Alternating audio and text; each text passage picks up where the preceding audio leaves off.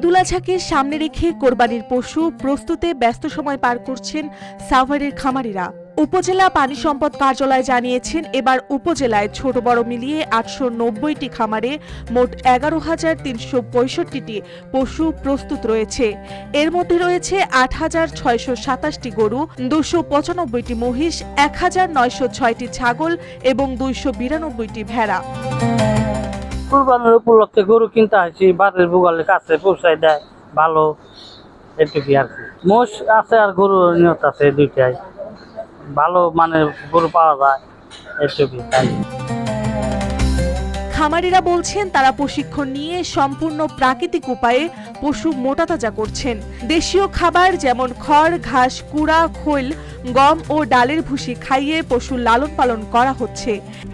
RICL TMX, যুগের পর যুগ স্থাপনা থাকে মজবুত।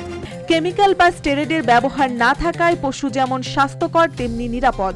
বিক্রিও ইতিমধ্যে শুরু হয়ে গেছে অনেক খামারে, কেউ কেউ আবার দিচ্ছেন হোম ডেলিভারিরও সুবিধা। আশুলিয়ার কাইয়ুম এগ্রো ফার্মে দেখা মেলে আরো ব্যতিক্রমী আয়োজনের। এখানে প্রাকৃতিক খাদ্যেই মোটাতাজা করা হয়েছে প্রায় 300টি গরু ও মহিষকে। সবচেয়ে বড় আকর্ষণ 1200 কেজি ওজনের শেখরান নামে জাফরাবাদী মহিষ, যার দাবি করা হচ্ছে দেশের সবচেয়ে বড় মহিষ হিসেবে। আমাদের কাইয়ুম এগ্রোতে 2025 সালের কোরবানি ঈদের জন্য গরু, মহিষ সব ইন টোটাল আমাদের কালেকশন হচ্ছে 300।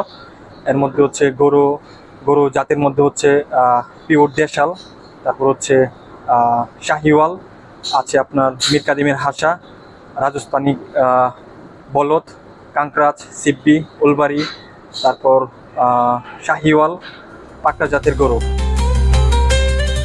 তবে খামারিরা জানাচ্ছেন, এবার পশুখাদ্যের দাম বেড়ে যাওয়ায় খরচও বেড়েছে কয়েক গুণ। এই অবস্থায় ঈদের আগে ভারতীয় গরু দেশে ঢুকলে তাদের বড় ধরনের লোকসান হতে পারে বলে আশঙ্কা করছেন তারা। তাই ভারতীয় গরুর বিরুদ্ধে কঠোর নজরদারির দাবি জানিয়েছেন তারা। এদিকে ক্ষতিকর ওষুধ ব্যবহার ঠেকাতে মাঠ পর্যায়ে তদারকি জোরদার করা হয়েছে বলে জানান পানি সম্পদ বিভাগের কর্মকর্তারা। আমরা তাদেরকে বিভিন্নভাবে পরামর্শ দিই এবং যাতে সুস্থ থাকে অ্যানিমেলগুলো, সেজন্য আগেই ভ্যাকসিন দেওয়ার জন্য আমরা তাদেরকে বলে থাকি। যেহেতু আমাদের দেশে পুরা রোগ এবং এলএসটি এটা হয়, এটা ভ্যাকসিনগুলো দেওয়ার জন্য বলি, যাতে কুরবানির আগ দিয়ে এই অ্যানিমেলগুলো এই রোগে আক্রান্ত হয়ে না যায় এবং আমাদের খামারের যাতে ক্ষতিগ্রস্ত না হয়।